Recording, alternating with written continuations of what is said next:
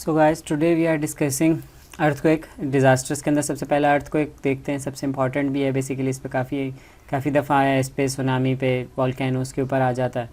ठीक है, तो इसके बारे में बताओ, आगे फॉर्मेट बताता हूँ थोड़ा बहुत। यहाँ पे इंट्रोडक्शन देख लें। अर्थक्वेक क्या होता है? Shaking of the earth surface caused by the rapid movement of earth's outer layer. ठीक है, अर्थ के आउटर लेयर की वजह से जो है ना शेकिंग ऑफ अर्थ होता है, उसको आप अर्थक्वेक कहते हैं। सिंपल सी डेफिनेशन है। आगे हम इसको क्लियर डेफिनेशन भी देखते हैं और देखते हैं फॉर्मेट किस तरीके से, अगर अर्थक्वेक का 5 नंबर पर सवाल आता है तो आपने किस तरीके से उसको अटैम्प्ट करना है।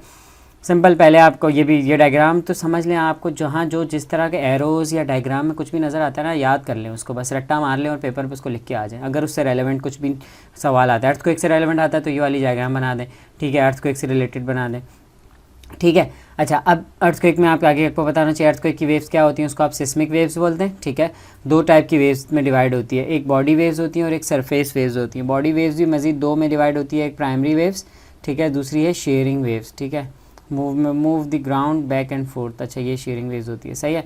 सिस्मोग्राफ का आपको पता होना चाहिए। ये भी फिलहाल अर्थक्वेक में नहीं है, इसकी बेसिक इन्फॉर्मेशन है। ठीक है, लिख दें तो बहुत अच्छा है, इतनी अच्छी टर्मिनोलॉजीज लिखेंगे तो पता चलेगा कि आपने पढ़ा हुआ है। ठीक है, सिस्मोग्राफ क्या होता है? मेजर्स अर्थ वाइब्रेशंस। अर्थ की वाइब्रेशन जो मेजर करता है वो सिस्मोग्राफ होता है। अर्थ को एक मेजरमेंट जो होता है ना वो रिक्टर स्केल होता है, रिक्टर स्केल कह लें उसे, मेजर थ्रू मैग्नीट्यूड। अब ये मैग्नीट्यूड मेजर करता है वो रिक्टर स्केल मेजर करता है, जो वाइब्रेशन मेजर करते हैं वो सिस्मोग्राफ मेजर करता है। ये दो MCQs वगैरह में भी आता है, इसके कन्फ्यूजन क्लियर होनी चाहिए आपको। अच्छा, कॉजेज हम पहले देखते हैं। पहले जो है ना फॉर्मेट समझ लें कि अर्थक्वेक आपने करना कैसे। सिंपल, आपने अर्थक्वेक कैसे करना है, अर्थक्वेक की बड़ी सी हेडिंग डालेंगे। ठीक है, बड़ी हेडिंग डालने के बाद आपने उसके नीचे एक सब हेडिंग डालनी है डेफिनेशन की। ठीक है, डेफिनेशन की हेडिंग डाल के इन्वर्टेड कॉमर्स के अंदर आपने लिखना है earthquake is a sudden release of energy. It is a sudden release of energy in the form of seismic waves that create vibrations in the earth crust as a result of abrupt movement of the tectonic plates. ठीक है, ये basically आपने लिखनी है। अगर ये रट्टा ना लग रहा हो तो ऊपर वाली लिख दें, मूवमेंट ऑफ ग्राउंड लिख दें with the because of vibrations of the movement of the अर्थ, कुछ भी लिख दें यार, बस डेफिनेशन की हेडिंग होनी चाहिए उसके अंदर। सडन रिलीज ऑफ एनर्जी होती है। ठीक है, अब यहाँ समझ लेते हैं होता क्या है। होता यह है कि अर्थक्वेक बेसिकली एक सडन रिलीज ऑफ एनर्जी होती है। ठीक है, इसको आप एक डिज़ास्टर होता है। ठीक है, पहली बात तो ये बताओ। अच्छा, अब डिज़ास्टर जो है वो होता क्या है? वो जो अर्थक्वेक है ना, एक सडन रिलीज ऑफ एनर्जी होती है जो कि फॉर्म होती है सिस्मिक वेव, जो कि हमने पढ़ लिया। अर्थक्वेक वेव्स को आप सिस्मिक वेव्स बोलते हैं। वो क्या करती है? वाइब्रेशंस क्रिएट करती है in the earth crust as a result abrupt movement of the tectonic plates. Tectonic plates की एब्रप्ट मूवमेंट की वजह से जो कि वाइब्रेशंस क्रिएट होती हैं, जो एनर्जी रिलीज़ होती है, उसको आप अर्थक्वेक कहते हैं। सिंपल डेफिनेशन यूँ समझ लें। Earthquake is the earthquake art यूँ कह लें सिस्मिक वेव्स होती हैं जो कि वाइब्रेशंस होती हैं, जो कि रिलीज़ होती हैं आपकी टेक्टोनिक प्लेट में मूवमेंट के होता है। डेफिनेशन क्लियर हो गई। इसके बाद आप लिखेंगे एक्सप्लेनेशन, उसमें लिखेंगे आप the movement of the lithosphere plates, lithospheric plates cause the vibrations of on the surface of earth, these vibrations are called earthquake. Simple ये को डेफिनेशन जैसे कि मैंने बताया है कि जो अर्थक्वेक लिथोस्फेयर प्लेट्स होती हैं ना, जो अर्थ की टेक्टोनिक प्लेट्स मूव करती हैं, वो जब उनकी वो हम आगे देखेंगे टेक्टोनिक प्लेट्स के अंदर कि वो किस तरीके से जब ऐसे ऐसे करके थोड़ी सी तिरछी कुछ ऊपर जाती हैं, कुछ नीचे आती हैं, मूव करती है ना, तो वो बेसिकली क्या करती हैं? वाइब्रेशंस क्रिएट करती हैं जो कि अर्थक्वेक कॉज करती हैं। सिंपल समझ आ गई। अब ये दो चीज़ें पता होनी चाहिए आपको। फोकस क्या होता है, एपिसेंटर क्या होता है। Focus is the place where movement starts. जहाँ पे मूवमेंट स्टार्ट होती है ना वो फोकस होता है, and place on the surface above the focus जो होता है ना वो एपिसेंटर। समझ लें ये अर्थ है, इस जगह पे आपकी वाइब्रेशन स्टार्ट होती है। अच्छा, ये वाइब्रेशन होती है यहाँ पे, वाइब्रेशन आपकी होते होते ना जो ये ऊपर वाला पॉइंट होता है ना, ये एपिसेंटर होता है, ये फोकस होता है जिसको आप हाइपोसेंटर भी बोलते हैं। ठीक है, ये एपिसेंटर हो गया, समझ आ गई।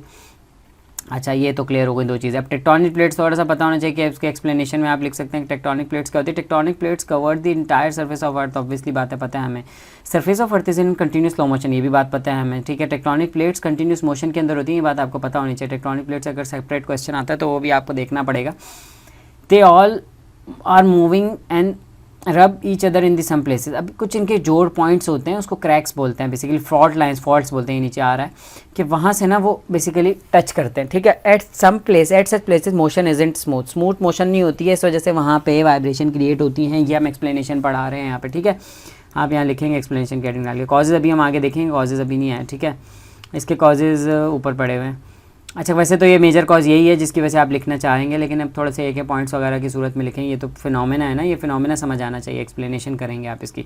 अच्छा, faults cracks along the rock ship are called faults. है ये जो कि क्रैक्स होते हैं ना आपके रॉक शिप, जो मैंने आपको बताई है टेक्टोनिक प्लेट्स के ऊपर जो क्रैक्स वगैरह, यार देखें सीन ये है कि एक पेंजिया एक प्लेट होती थी, ये जो टेक्टोनिक प्लेट पहले एक होती थी, फिर ये टुकड़ों में चली गई 7। ये तो खैर आपकी मेजर जो कॉन्टिनेंट्स हैं वो फिर 7 कॉन्टिनेंट्स में डिवाइड हो गई।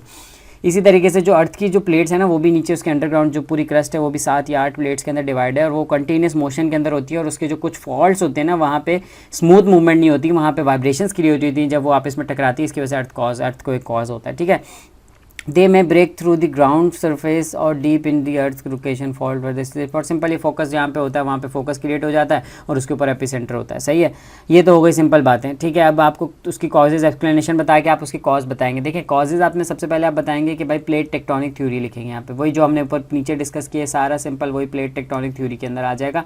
होता क्या है कि क्रैशिंग होती है, पुलिंग अपार्ट होता है, ये 3 तरह की प्लेट टेक्टोनिक्स होती है। सबसे पहले कन्वर्जेंट, ठीक है, डाइवर्जेंट और लेटरल प्लेट टेक्टोनिक्स प्लेट्स होती हैं। ये हम यहाँ देख लेते हैं ना ऊपर प्लेट्स, बल्कि वो हमने कहीं और पढ़ी थी जिसमें प्लेट्स होती है, प्लेट्स की डायग्राम बनी हुई है बेसिकली। ये देख लीजिएगा कि ये टेक्टोनिक प्लेट्स के मूवमेंट्स की वजह से एक तो हमारा अर्थक्वेक कॉज होता है। ठीक है, पहला रीज़न। कन्वर्जिंग के अंदर क्रैशिंग हो रही होती है, डाइवर्जिंग के अंदर पुलिंग अपार्ट हो रहा होता है, लेटरल के अंदर स्लिपिंग स्लाइड्स वाइपिंग हो रही होती हैं, दूर दूर जा रही होती हैं। ठीक है, तो रप्चर अकर, ये तो सिंपल हो गया। अच्छा, अब दूसरा आता है वॉल्केनिक एक्टिविटी। वॉल्केनिक एक्टिविटी होती है, उसकी वजह से भी आपके अर्थक्वेक कॉज होते हैं। मैग्मा पुशेस अपार्ट दी प्लेट को साइड पे करके ना मैग्मा बाहर आता है जो अर्थ के अंदर से। ठीक है, तो इसी तरीके से फिर उसकी वजह से जो अर्थक्वेक क्रिएट होता है। ठीक है, मूवमेंट होती है, वाइब्रेशंस होती है और फिर अर्थक्वेक क्रिएट होता है। इसके बाद आता है accumulation of water in the rocks. Water के अंदर जब वाटर एक्यूमुलेट हो जाता है ना रॉक्स के अंदर तो रॉक्स फटती हैं, इसके नीचे ब्रस्ट होती हैं रॉक्स, ये वर्ल्ड इसके अंदर क्रस्ट के अंदर, जो इसकी वजह से फिर आपका वाइब्रेशंस क्रिएट होती हैं और अर्थक्वेक कॉज होता है। और सिंपल लोकल कॉजेज़ भी होते हैं सिंपल कुछ, जो कि लैंड स्लाइडिंग हो गई, माइनिंग हो गई और एटॉमिक टेस्ट की वजह से भी ऑब्वियसली अर्थक्वेक कॉज होता ही है। तो ये हो गए आपके कॉजेज़, ये हमने इसकी डेफिनेशन देख ली, एक्सप्लेनेशंस देख ली। और हम टाइप्स देख लेते हैं। टाइप्स तो वैसे सिंपल ही होती हैं इसकी। टाइप्स के अंदर आ जाता है आपका शैलो। ठीक है, 3 टाइप्स ऑफ अर्थक्वेक्स होते हैं। शैलो होता है, शैलो के अंदर क्या होता है, depth of origin is less than 60 kilometre. ठीक है, इंटरमीडिएट होता है, डेप्थ ऑफ ओरिजिन बिटवीन 60 से 300 किलोमीटर होता है। और डीप जो होता है ना वो ग्रेटर 300 किलोमीटर डीप, मतलब अर्थ के अंदर जाके इतना ज़्यादा 300 किलोमीटर डीप जो अर्थक्वेक कॉज होगा ना उसकी वजह से फिर बहुत ज़्यादा, जाहिर सी बात है, ज़्यादा अर्थक्वेक आएगा। ठीक है, सिंपल ये हो गई हमारी 3 टाइप्स ऑफ सिस्मिक वेव हम पढ़ चुके हैं ऑब्वियसली, जो कि रिलीज वाइब्रेशंस होती है, अर्थक्वेक वेव्स होती हैं, बॉडी वेव, शीयर वेव्स हम देख चुके हैं। सिस्मोग्राफी समझ आ गई थी हमें, रिक्टर स्केल भी हमने देख लिया था, 0 से 10 तक का इसका स्केल होता है। ठीक है, ये देख लिया हमने। अच्छा, अब देखते हैं इसके इफेक्ट्स क्या होते हैं। इफेक्ट्स भी पता होने चाहिए यार, सिंपल इफेक्ट्स होते हैं, सबको आते होते हैं, इसमें कुछ भी नहीं है। आपने सिंपल इफेक्ट डालें, ब्लैक पेन से उसके नीचे हेडिंग लिखें, damage to the structure damage करता है, बिल्डिंग गिर जाती हैं, फलां लिख दें, सही है। ओवरऑल रोड टूट जाते हैं, पूरा इंफ्रास्ट्रक्चर ख़राब हो जाता है।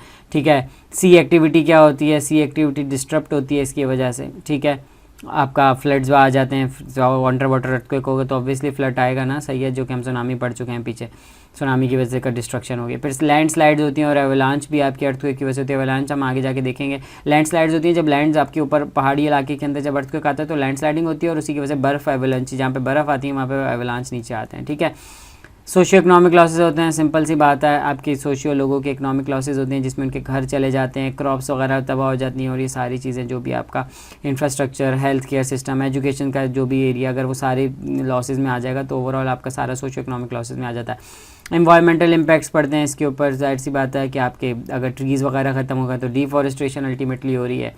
एनवायरमेंटल इम्पैक्ट्स के अंदर और भी बहुत सारी चीज़ें आती हैं, क्रॉप्स वगैरह ख़राब हो जाती हैं आपकी, तो ये सारी बेसिकली सिंपल है, आप इफेक्ट लिख सकते हैं, कुछ भी इसमें नहीं है यार। इकोनॉमिक इम्पैक्ट भी आपको पता ही है। अच्छा, मैनेजमेंट ऑफ अर्थक्वेक इंपॉर्टेंट है कि आप अर्थक्वेक की मैनेजमेंट कैसे करते हैं। सिंपल अर्थक्वेक की मैनेजमेंट हो सकती है, रिस्क असेसमेंट कर सकते हैं, रिस्क असेसमेंट करें, रिस्क जोनिंग करें, जोन बना दिए जाते हैं, जोन्स में डिवाइड किया जाता है। ठीक है, इसको ओवरऑल रीजन्स को, तो रिस्क जोनिंग कर सकते हैं आप अर्थक्वेक के अंदर, जहाँ पे पहले प्रिडिक्शन हो सकती है, पता होगा कहाँ पे आ रहे हैं, तो उसको जोन करके डिवाइड कर दिया जाए। एडमिनिस्ट्रेशन को पहले इसी बता दिया जाए कि कहाँ पे कौन सा, ये सारा आपका काम एनडीएमए का है, ऑब्वियसली एनडीएमए पीडीएमए का। प्लानिंग की जा सकती है, पब्लिक को अवेयरनेस दी जा सकती है, पब्लिक को पहले से अवेयर किया जाए कि अगर इस तरीके से वाइब्रेशन होती है घर छोड़ के बाहर आ जाना, ये नहीं कि घर के अंदर ही बैठे रहेंगे, ऊपर से गिर जाएगी सारी बिल्डिंग। सही है, R&D के ऊपर काम किया जाए जिसके अंदर प्री डिज़ास्टर रिस्क असेसमेंट होती है, सारी चीज़ें आती हैं। ठीक है, और लेजिस्लेशन की जाए ताकि आपके फंड्स वगैरह बढ़ाया जाएँ, एनडीएमए पीडीएमए की रीस्ट्रक्चरिंग की जाए, वो सारी हम देखेंगे डिज़ास्टर मैनेजमेंट में। तो सिंपल ये मैनेजमेंट होती है अर्थक्वेक्स की। इफेक्ट्स हमने देख लिए और ओवरऑल इसकी कॉजेज़ देख लिए और उसकी एक्सप्लेनेशन देखी और डेफिनेशन देख ली। सिंपल अर्थक्वेक में कुछ भी नहीं आता, बिल्कुल सिंपल सा टॉपिक है। तो you can watch this video, कहीं पे आप वॉच देख लें कर लें इसकी जो यूट्यूब के ऊपर, तो आपको थोड़ा सा फिनोमेना समझ आ जाएगा किस तरीके से टेक्टोनिक प्लेट्स मूव करती हैं और फिर अर्थक्वेक कॉज होता है। ठीक है, थैंक यू सो मच।